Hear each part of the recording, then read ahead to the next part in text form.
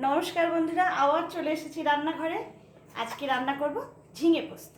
দেখুন বন্ধুরা কি করে রান্না করি। জিরে ফোড়ন দিয়ে দিলাম।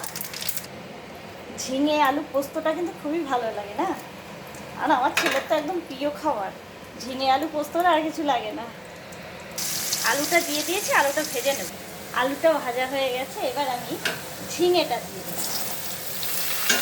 ঝিঙেটাও হালকাভাবে ভেজে নেব।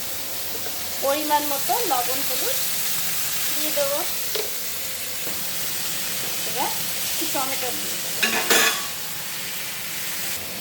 এবার আমি কাঁচা লঙ্কা, পোস্ত আর আদা একসঙ্গে বেটে নিয়েছি, সেটাই আমি দিয়ে দিচ্ছি। এবার ঢেকে ঢেকে বন্ধুরা করতে জল দেবো না,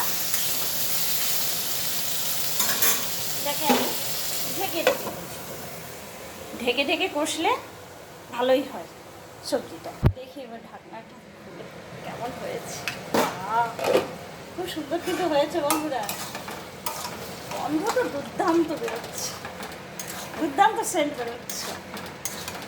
এইভাবে হালকা ঢেকে ঝিঙে পোস্ত করতে এমন কিছু সময় লাগে না, খুব তাড়াতাড়ি হয়ে যায়, কিন্তু খেতে কিন্তু দুর্দান্ত হয় বন্ধুরা সবজিটা, তাই না